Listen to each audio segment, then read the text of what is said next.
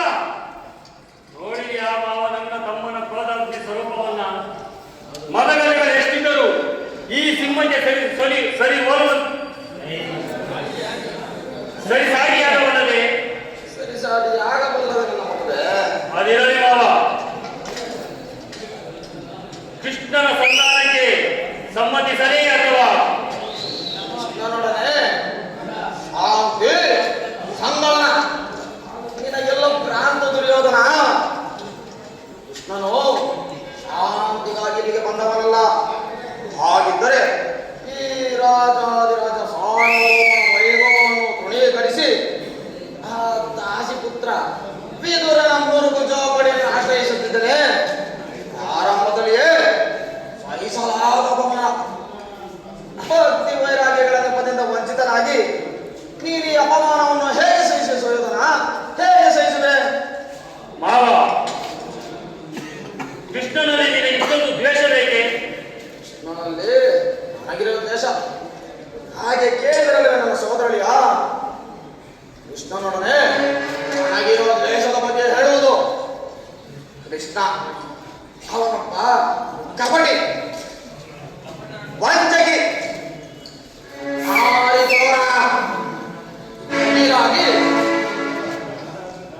ಕ್ಷತ್ರಿಯ ಜಾತಿಯ ಕಳಂಕ ಸ್ವರೂಪನು. ಭಾರತ ವರ್ಷದಲ್ಲಿ ಕ್ಷತ್ರಿಯರ ನಿರ್ಮೂಲನೆಗೆಂದೇ ಅವತರಿಸಿರುವನು. ಜರಾಸಂಧ, ಶಿಶುಪಾಲ ನಿನಗೆಂತಹ ಮಿತ್ರರಾಗಿದ್ದರು? ಕಾರಣವಿಲ್ಲದೆ ಅವನನ್ನೇ ಸಂಹರಿಸಿದನು. ಕಂಸನನ್ನು ವಧಿಸಿ ಅರಳು ಮರಳು ಮುದುಕನಾದ ಉಗ್ರಸೇನನನ್ನು ಸಿಂಹಾಸನದಲ್ಲಿ ಕೂರಿಸಿ ಅವನು ರಾಜ್ಯಭಾರ ಮಾಡಿದನು. ಸಹೋದರರನ್ನು ಸುರಪಾನ ಪ್ರಮರ್ದನಾಗಿ ಮಾಡಿ ಕುರುಭೂಮಿ ರಾಜಲಕ್ಷ್ಮಿಯನ್ನು ತನ್ನ ಕೈ ವಶಪಡಿಸಿಕೊಂಡಿರುವನು. ಅಂತವನಿಗೆ ಮನ್ನಣೆ ಗುರುರಾಜ, ಮನ್ನಣೆ. ಹಾಗಾದರೆ ನನ್ನ ನೇಕೆ ದೊರೆಗೆ ಕರೆಸಿದೆ ಮಾವ. ಆ ನಂದಗೋಪಾಲನ ಮನೆ ಬಾಗಿಲಲ್ಲಿ ನಿಂತು ಸಹಾಯವನ್ನು ಬೇಡುವುದು ಈ ದುರ್ಯೋಧನನಿಗೆ ಉಚಿತವಾದ ಕಾರ್ಯವೇ? ಅದಕ್ಕೊಂದು ಉದ್ದೇಶವಿತ್ತು. ಏನದು ಉದ್ದೇಶ? ಸ್ವಲ್ಪ ವರ್ಷದ ಅಲ್ಲನ್ನು ಕಿತ್ತು ಕಿತ್ತು ಬಳಿಗಾದರೊಡನೆ ಸರಸ ಮಾಡಬಹುದಾದ ನನ್ನ ಸೋದರಳಿಯ. ಕೃಷ್ಣನಿಗಿಂತ ಆತನ ಯಾದವ ಸೈನ್ಯವೋ ನಿನಗೆ ಹೆಚ್ಚು ಅವಶ್ಯಕವಾಗಿತ್ತು. ಕೃಷ್ಣನೇನಾದರೂ ಸೈನ್ಯ ಸಮೇತನಾಗಿ ನಿನ್ನ ಪಕ್ಷವನ್ನು ವಹಿಸಿದ್ದರೆ ಕೃಷ್ಣ ನನಗೆ ನೀನು ಬೇಡ, ನಿನ್ನ ಸೈನ್ಯವೇ ಸಾಕೆಂದು ನಿಸ್ಸಂಕೋಚವಾಗಿ ಹೇಳಬರಬೇಕಾಗಿತ್ತು. ಆದರೆ ಅರ್ಜುನನು ನಿನ್ನ ಸಂಕಟದಿಂದ ಪಾರ ಮಾಡಿದ ಬಿಡು ಸುಯೋಧನ. ಮಾವ, ಕೃಷ್ಣನು ನೀನು ಹೇಳುವಂತಹ ವಂಚಕರಿರಬಹುದು. ಆದರೆ ಅವನ ಮೇಲಿನ ದ್ವೇಷದಿಂದ ಪಾಪ ಆ ಪಾಂಡವರನ್ನು ಹಿಂಸಿಸಬೇಕಾಗುವುದಲ್ಲ. ಪಾಪ ಪುಣ್ಯ ಭಯದಾಕ್ಷಿಣ್ಯ ಇವುಗಳೆಲ್ಲ ಎಂದಿನಿಂದ ಅಭ್ಯಾಸ ಮಾಡಿದೆ ಗೌರವೇಶ್ವರ. ಪಾಂಡವರನ್ನು ಕೃಷ್ಣನಿಂದ ಬೇರೆ ಮಾಡಲಾಗದು. ಏಕೆ? ಏಕೆಂದರೆ ಅವರೆಲ್ಲವನ ಆಜ್ಞಾಧಾರಕರು.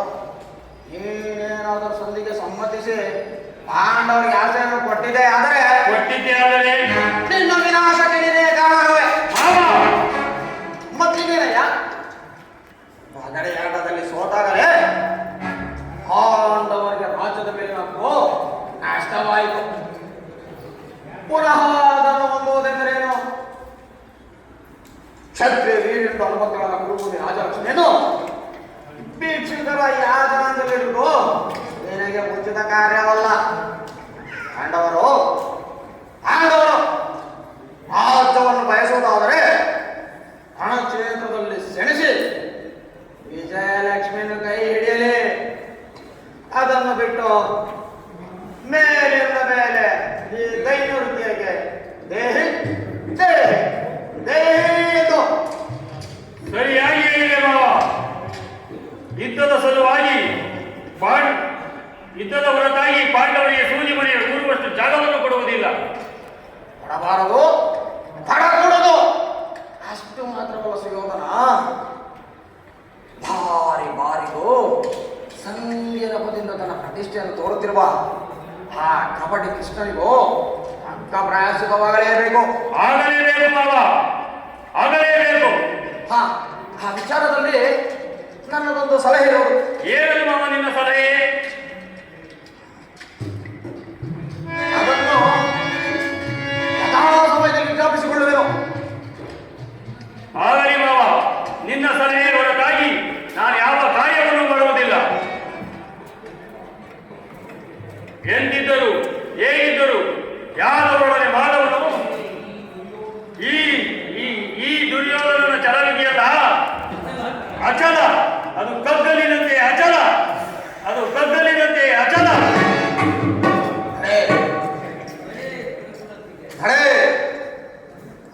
ದುರ್ಯೋಧನ ಹಣೆ ಮೋರಿಸುವನೆ ನಿನ್ನ ತೊಡೆ.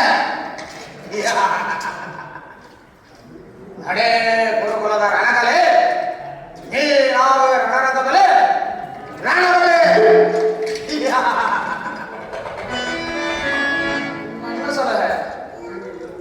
ನನ್ನ ಸಲಹೆಯನ್ನೇ ಕೇಳುತ್ತಿರೋ ನಿನ್ನ ಕುಲದ ಬೇರಂಗೆ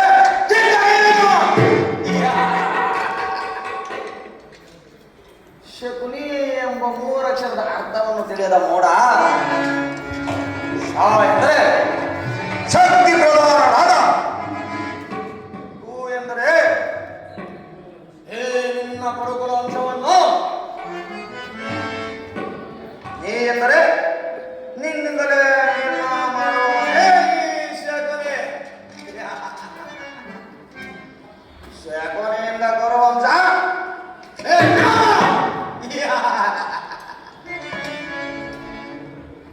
ನನ್ನನ್ನು